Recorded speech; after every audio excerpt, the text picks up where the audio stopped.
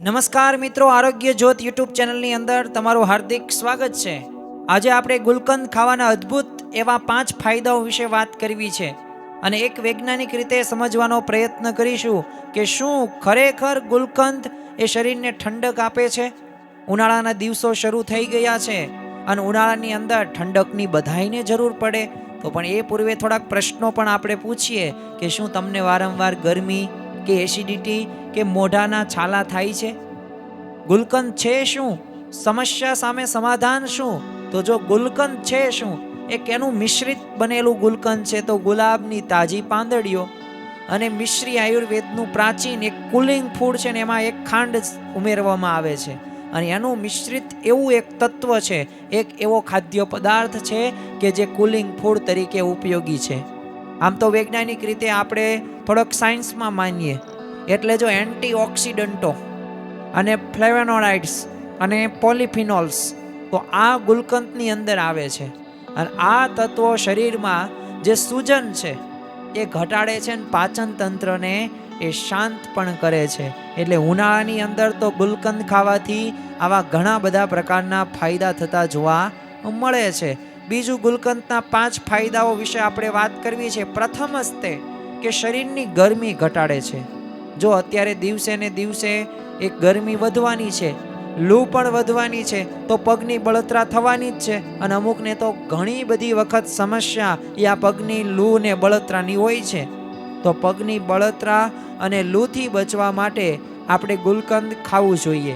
કેટલું ખાવું જોઈએ એ આપણે આગળ વાત કરીએ, પરંતુ આ પ્રથમ એ ફાયદો ગણી શકાય। બીજો ફાયદો એટલે કે એસિડિટીમાં રાહત। ઉનાળાની અંદર એસિડિટી થવાના પણ પ્રશ્નો વધવાના છે, કારણ કે ડિહાઇડ્રેશન આપણી બોડી થશે।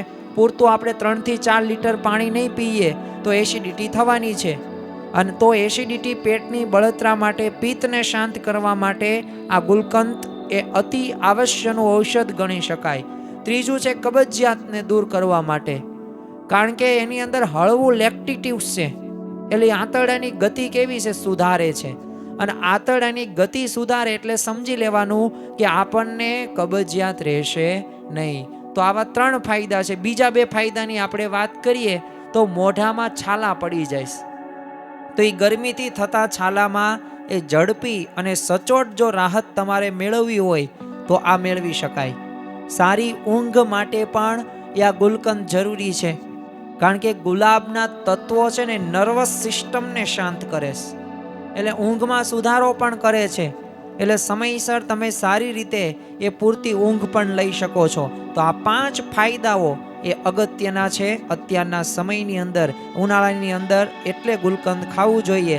હવે આપણે સારી રીતે અને સાચી રીતે કેવી રીતે ખાવું જોઈએ, કારણ કે દરરોજ આપણે 2-3 ચમચી ખાઈ લઈએ તોય નુકસાન, અડધી ચમચી ખાઈએ તોય નુકસાન। તો દરરોજ 1 થી 2 ચમચી ખાવાની, એક સીધું જ ખાઈ શકાય ઉનાળાની અંદર એક વૈકલ્પિક તરીકે, અને બીજું સૌથી સારો સમય કયો તો રાત્રે 1 ચમચી એ આપણે એક ગુલકંદ હુંફાળા દૂધની અંદર સાથે ખાવો તો વધુ ફાયદો થતો જોવા મળશે। તો આ સાચી રીત છે, આ રીત પ્રમાણે આપણે ગુલકંદ ખાઈએ।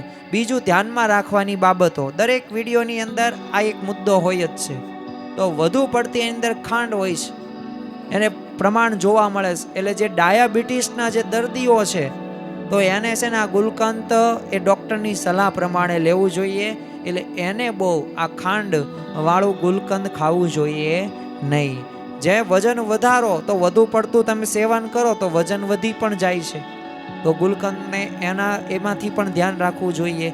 જો તમને આ વિડીયો ગમ્યો હોય તો વિડીયોને લાઈક કરજો અને અવશ્ય તમારા સગા સંબંધી મિત્રોને પણ આ વિડીયો મોકલવાનું ભૂલતા નહીં।